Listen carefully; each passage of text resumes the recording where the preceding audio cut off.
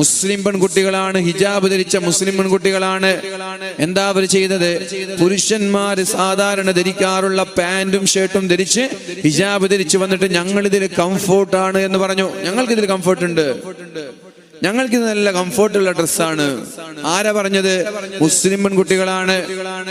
അല്ലാഹുവിന്റെ ഹബീബായ നബി തങ്ങൾ പറഞ്ഞിട്ടില്ലേ, ആൺവേഷം കെട്ടുന്ന പെണ്ണും പെൺവേഷം കെട്ടുന്ന ആണിനെയും അല്ലാഹു ശപിച്ചിരിക്കുന്നു എന്ന്. ആൺവേഷം കെട്ടുന്ന പെണ്ണും, അത് സർക്കാരിന്റെ തീരുമാനമാണെങ്കിലും തീരുമാനമില്ലെങ്കിലും, ആൺവേഷം കെട്ടുന്ന പെണ്ണിനെയും പെൺവേഷം കെട്ടുന്ന ആണിനെയും അല്ലാഹു ശപിച്ചിരിക്കുന്നു എന്നല്ല ഹദീസുകളിൽ കാണാൻ കഴിയുന്നത്. സത്യത്തിൽ അതൊരു ജെൻഡർ ന്യൂട്രാലിറ്റി ആണോ? ഞാൻ ചോദിക്കട്ടെ.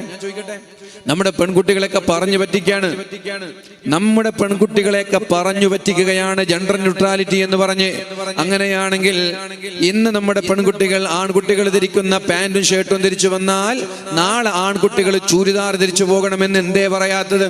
അതല്ല ജെൻഡർ ന്യൂട്രാലിറ്റി എന്ന് പറയുന്നത്. പെൺകുട്ടികൾ ധരിക്കുന്ന ചൂരിദാർ ഇട്ടിട്ട് ആൺകുട്ടികൾ പിറ്റേ ദിവസം സ്കൂളിൽ പോകണമെന്ന് എന്തേ ഓർഡർ വരാത്തത്?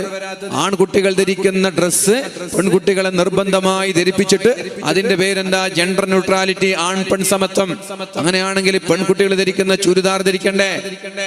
ആണുങ്ങളെ കൊണ്ട് അവരെ ഡ്രസ്സ് ധരിപ്പിക്കുന്നില്ലല്ലോ. ആണുങ്ങളെ കൊണ്ട് ആൺകുട്ടികളെ കൊണ്ട് പെൺകുട്ടികളുടെ ചൂരിദാറോ ടോപ്പോ ഒന്നും ധരിപ്പിക്കുന്നില്ലല്ലോ. പെൺകുട്ടികളെ കൊണ്ട് എന്തിനാണ് പാന്റും ഷർട്ടും ധരിപ്പിക്കുന്നത്?